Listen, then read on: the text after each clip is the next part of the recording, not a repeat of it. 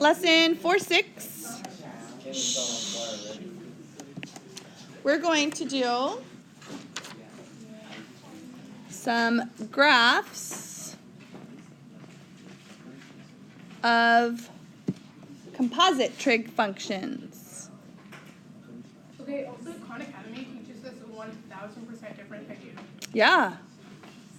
Trig is taught in a bunch of different ways. Yeah, like they do the entire unit circle, like how we do in physics. Like you have to memorize the whole unit circle? Oh, I would never do that. But it's not like, it's not really. Like, Yeah. he gives you the degrees and then, like, if you know. Okay, so we have A and B, and that's it. It's pretty short. Let's get through this. Here we go. We're going to do these on our graphing calculator. Okay, so let's go ahead and start off with some composite functions. Composite functions are just functions within functions. Like, do you remember f of g of x, stuff like that? Oh, yeah. Goff or fog. Yeah. That's what we're doing in Algebra 2 right now. So they're just like, or they're taking functions and adding them together, things like that. So here we go. We are going to graph all of these on our calculator. So number 1, our calculator, excuse me, our x window is going to be negative 2 pi to 2 pi, or you can hit zoom trig, zoom number 7, which is zoom trig. Make sure that you are in radian mode. Okay. And the question is, for number 1, is which graphs are periodic? Which graphs are periodic? So to be periodic, that means that it goes through, periodic, it goes through a cycle and then it recycles and it does the same exact thing over and over and over. I didn't spell that right, did I? Did I? Maybe. I don't know. Periodic. I added an extra O. All right, so which graphs are periodic? So we'll do 4 of them. Here we go. Bless you. Let's do y equals. Let's take sine x, and let's add a parabola to it. What in the world would that look like? Okay, so get your calculators out. This is not going to make a very good video because you're not going to be able to see my graphs on the video. But this lesson's pretty easy. All right, make sure you go to mode, make sure you're in radian mode. And we'll go to y equals, and we're going to graph sine of x, close the parenthesis, plus x squared. You can go zoom trig, zoom 7. Some of the new calculators, that's really boring. It's cool? Zoom out. Let me see if zooming out would help at all. Does anything happen to this? That's boring. All right. But the question is not, is that a cool graph or not? The answer would be no. Yes. Oh, yes, it's cool. Okay. But is it periodic? Is this one periodic? If it's cool, yeah, it is. No. No. We looked at it. It just made it look like a parabola. But it's definitely not periodic because it doesn't happen again and again. It like makes the parabola kind of weird at the bottom. Did you see that? Yeah, it looks like a cube root. It's weird. The 4. Oh, the 4th root? Yeah. Okay, so let's do another one. B. Let's take a parabola and multiply it by sine x. X squared times sine of x. X squared sine of x. And we'll graph that one. See if this one is periodic. Oh, that's pretty cool. Does it keep doing that, though? I'm going to zoom out. What in the world? Oh, this is pretty cool. That is pretty cool. Yes. Okay, what this is doing, it looks like it's going like this, and then in the middle it does something different. So it's not periodic, though. Zoom out again. Zoom out again.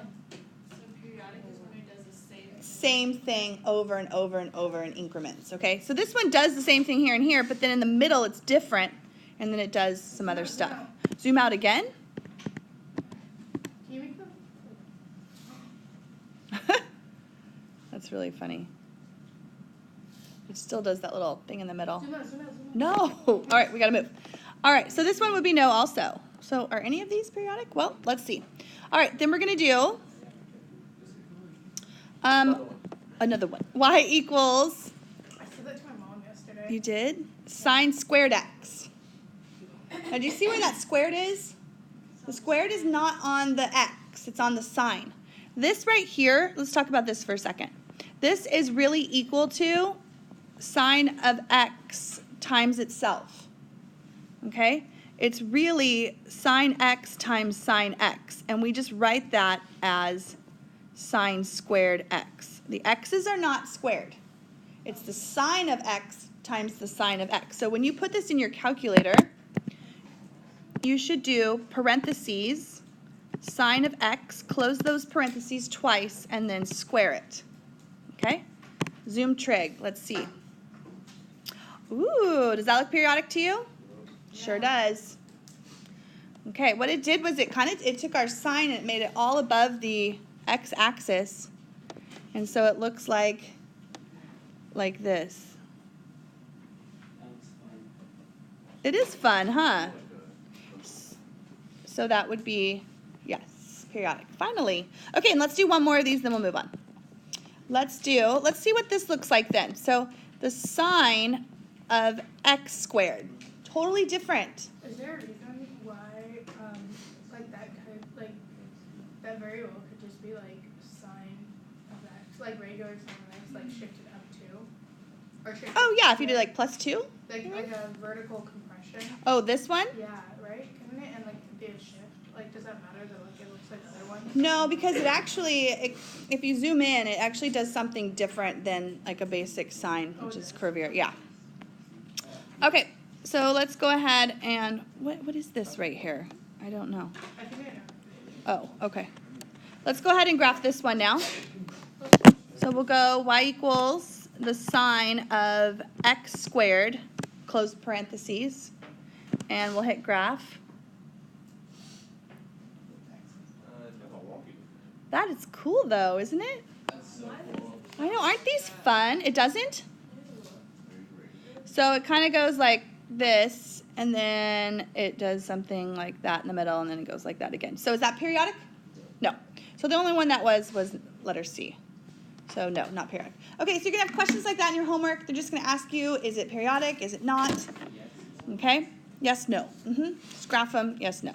All right, another type of thing you'll get, number 2, is they're just going to ask you to sketch a graph, and they're going to be interesting, fun little graphs.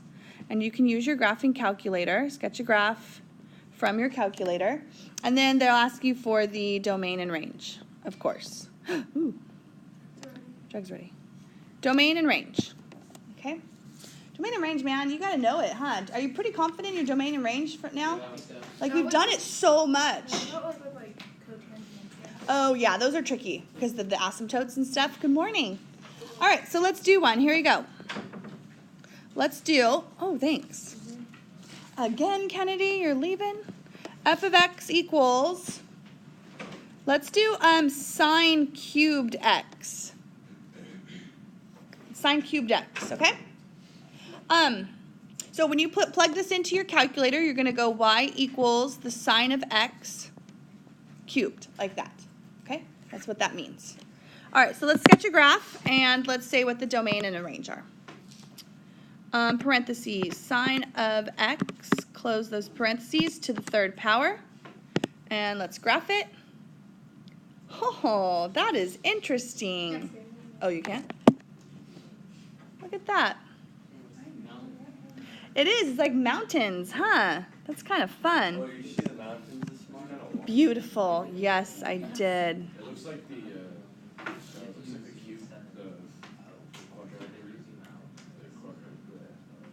The 4th root. I kind of want to zoom in to see what's going on right there. What's happening? Oh, yeah, it looks like a cubic through there. It looks like it's mountains, you know, and it's like peaks, but it's really not. It does like cubic functions through there.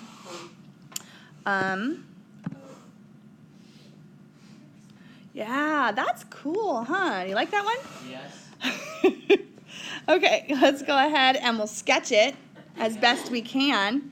So it's going like this, and it's doing the cubic thing through there, and it's going like that, and it's doing the cubic thing through there. How's yours? Is yours better than mine? Yes. Wow, that's really bad. Okay, I will not mark off since you cannot draw because I cannot draw. But let's go ahead and say what the domain is. The domain is going to be what? Are there any breaks in this graph?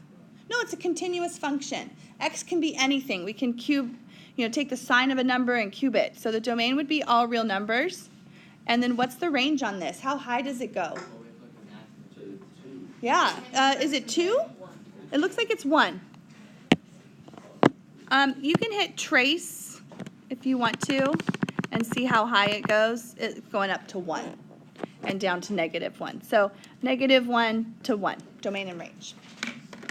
All right, let's do another one of these. Let's do f of x equals the absolute value of the tangent of x. All right, that's a composite function.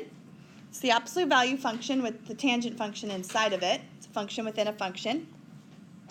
And so let's graph this. We'll go y equals, go to math, num, absolute value. Do you remember where absolute value is? You can't even see that, can you? Is that better? Yeah, okay. And then tangent of x. And let's graph it. Oh, those are fun, huh? Yeah, so let's see what's happening here. I don't know. Let's check that out. Let's go farther up. We're not sure what's happening up there. I'm going to go to 20 and see. Okay. 100? I don't think it's ever coming back after 20. So it looks like basically this is what's happening. You know the tangent graph, right? I hope so. You took a quiz on it yesterday.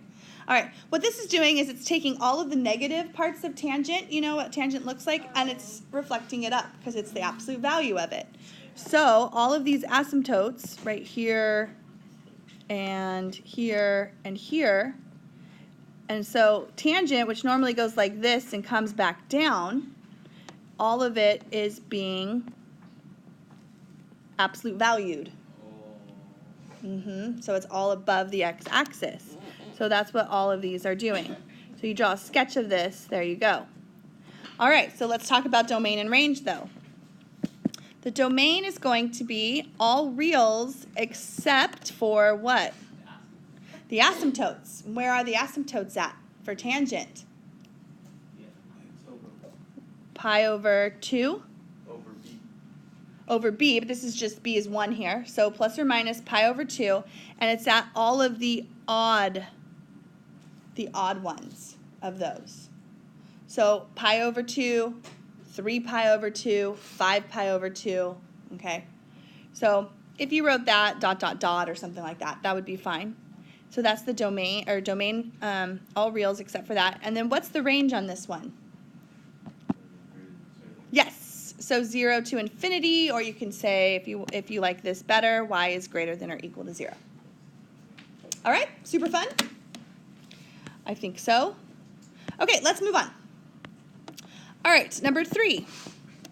They're also going to have you just simply graph some of these and see what this changes or what's going on here. So we're going to graph these 3 graphs on the same axes. We're going to graph y equals 0.5x plus sine x. We're also going to graph y equals 0.5x plus 1. And we're also going to graph y equals 0.5x minus 1. Okay, so we're going to graph all 3 of those on the same graph and just sketch it. That's all they're asking us to do. We don't have to find domain or range or evaluate it, analyze it, nothing. All right, so plug all those in. Let's see what this looks like. You know something I learned about math yesterday? What's that? It's like dating sites and stuff, like eHarmony. Yes. So that eHarmony leads to 5% of American marriages. Oh, wow, that's a lot. Yeah. And then 2, all the people that make the actual algorithms are all mathematicians. Cool? Wasn't this cool? So Yes, so cool, right? Oh my god. I know, it's crazy. It goes like this. It's like the sine wave tilted. And then the other 2 lines came in and just kind of hit the peaks of them. And then the other one came in and did that. Oh, that was so cute. And then you do it in different colors. It's so fun. Okay, let's do the last part, part B. Imagine having a new calculator and like doing it. That's a line in a different color. It does. I know. I need a new one. All right, we're going to talk about something called damping. Such a weird word, huh? Damping. I just damped my pants. All right. Okay, I'll tell you what damping is now that you know what you just did. So damping is, it's a squeezing effect. It's a squeezing effect that can be seen near the origin. Squeezing effect that can be seen near the origin.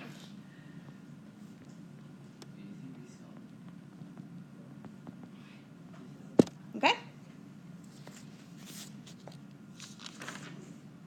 All right, so what we're going to do is we're going to have to identify some damping effects. They're pretty easy, actually. So what happens is this.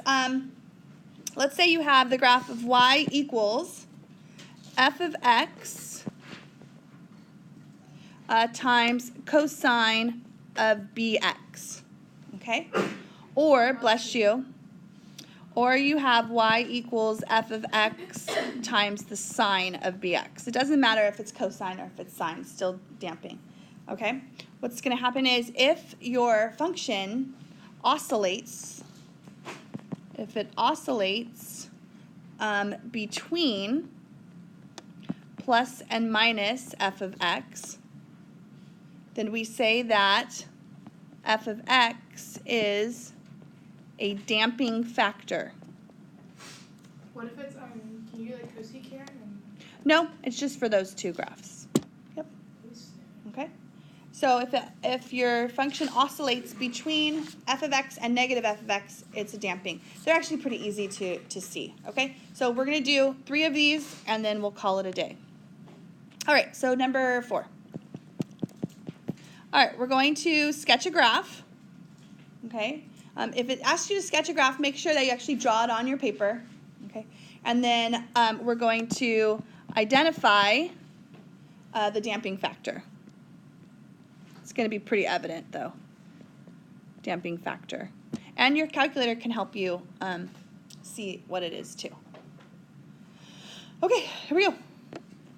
Let's do f of x equals 2 to the negative x sine of 4x. 2 to the negative x sine of 4x. So let's go ahead and we're going to graph this. And we'll figure out what the damping factor is, okay? the log of it? Log? No logs, no logs. All right, so let's go y equals, clear all these ones that you have here. Clear, okay? And then we'll go 2 to the negative x sine of 4x. Can you see it? Here we go. And graph. All right, so it starts off kind of crazy, and then it starts to calm itself down. Look at that. Very interesting. Oh, it must be a... Yeah. Did you hit Zoom Trig? Zoom Trig might look a little bit better. Oh, that's neat, huh? Do you see a damping factor? Yeah? Okay, well, let's do this. Go to y equals, and let's plug in 2 to the negative x. Plug in 2 to the negative x. And then plug in negative 2 to the negative x, because that's the opposite. So we have f of x is 2 to the negative x, and then the opposite of f of x would be negative 2x. And so here comes the first one. Oh, look at that. Oh, I know, right? cool. And then here comes the other one. Oh, dang. Yes. You and I are the only one. You're pulling my leg, though. You're not really that into it. But I appreciate that you're pretending. I really like that. It's really nice of you. Okay.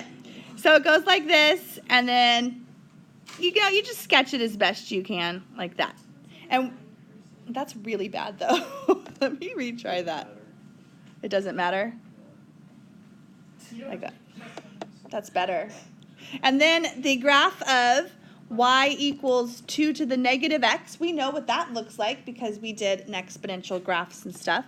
And it's an exponential decay. And it looks like that. It's hitting the tops of all of those. I should have drawn those first, right? Yep. Yep, I'm totally going to do that. No. Yes! Yeah. See, it's like none of that ever happened. Perfect. All right, so I'm going to draw this guy. Brett, you're not even taking notes. And then I'm going to draw What's this look like It's a to you? blank the piece of opposite. paper. That's And then notes. my graph looks like this. It's the homework. That's so much better, isn't it? Yeah. Okay, anyways, so it says to sketch it and then identify the damping factor. Well, the damping factor is simply 2 to the negative x. You don't need both of them. You don't need the negative 2 to the negative x. You can just write that one. Okay, let's do one more just for fun. And some of them don't have a damping factor, so they might be tricking you. I'm just saying, no, it doesn't have one, you jerks. All right, let's do last one. Y equals x squared plus 5, so there's f of x, times the cosine of 6x. That 6x makes a lot of periods in there. That's why it's doing that back and forth thing. The 6 really makes a lot of them. Okay, so last one. Let's graph it. You ready?